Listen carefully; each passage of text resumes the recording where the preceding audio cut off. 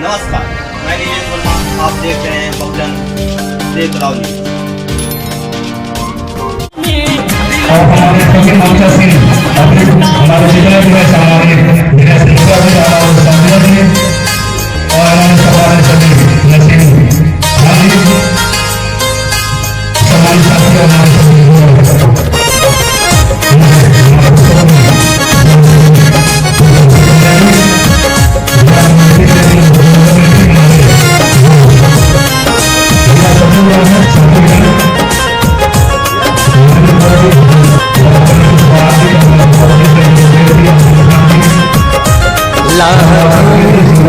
करोड़ों प्राणी आंसू बहा रहे हैं, लाखों करोड़ों प्राणी आंसू बहा रहे हैं, के रवैया दुनिया से जा रहे हैं, संविधान के रचैया दुनिया से जा रहे हैं, लाखों करोड़ों प्राणी आंसू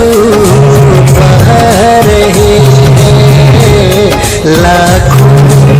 करोड़ों प्राणी आंसू बहा रहे हैं।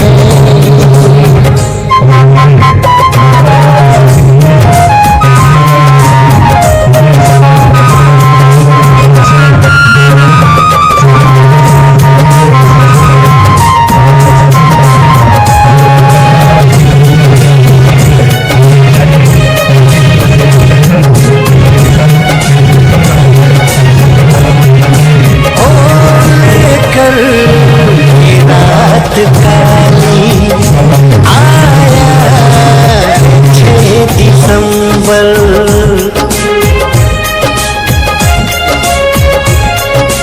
ओ लेकर के रात काली आया है 6 दिसंबर,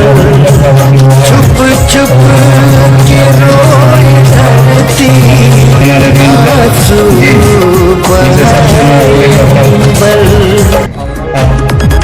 सर्वोच्च सम्राट जी सभी से हम अपील करते हैं, सभी लोग आए बारी बारी से और महापुरुषों के छायाचित्र पर पुष्प अर्पित करेंगे। सम्मानित की संतोष भारतीय विधान जी और हमारी द्वारिका प्रशासक नामी जी और राजवेदी सभी आप साथी आएंगे और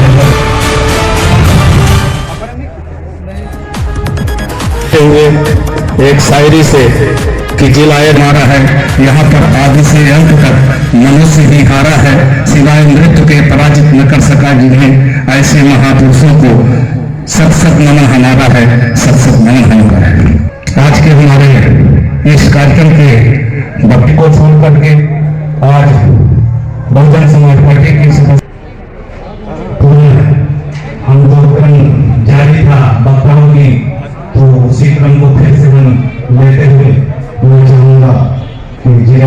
भीम ज्ञानी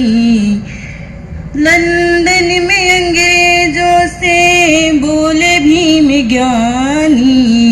भारत के दलितों की सुन लो कहानी,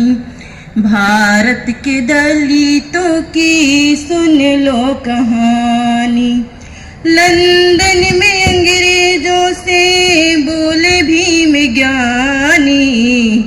भारत के दलितों की सुन लो कहानी, भारत के दलितों की सुन लो कहानी। मैं हूँ अकेला बेटा लड़े अभिमानी, मैं हूँ अकेला बेटानी, लंदन में अंग्रेजों से बोले भीम ज्ञानी, लंदन में अंग्रेजों से बोले भीम ज्ञानी, लंदन में पढ़ते, लंदन में पढ़ने जाते, पढ़ने होटलों लंदन में पढ़ने जाते, पढ़ने नहीं देते, मुंह में खाना मुझे खाने नहीं देते। जकेड़ा भारत हमारा गुलामी से जकेड़ा, पूरा संविधान बनाए भी ज्ञानी। लंदन में अंग्रेजों से बोले भीम ज्ञानी। आजादी भी भीम ने, भीम का पूरा बहुजन मिशन कीजिए और फिर बनेगा ये भारत चमन साथियों। अपनी ओर से ही नहीं, बहुजन समाज पार्टी पूरे प्रदेश की इकाई की ओर से भी परम श्रद्धेय बाबा साहब के चरणों में कोट कोट नमन, भावभीनी श्रद्धांजलि अर्पित करते हुए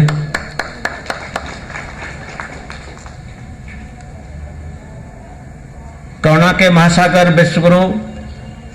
तथागत गौतम बुद्ध के चरणों में नमन करते हुए उस कमीशन में मेंबर रहे। दिन में उनके साथ में सर्वे में जाते थे, रात में अपने समाज को समझाने के लिए जाते थे। पर जब बाबा साहब जाते थे उससे पहले जब रात में बाबा साहब गए और बाबा साहब जैसे ही गांव से निकलते थे तो गांधी और नेहरू के चमचे लोग हमारे ओबीसी भाइयों के बीच में जाते थे और उनको बरलाते थे कि आपको ये नीच बनाने के लिए उस शेड्यूल की सूची में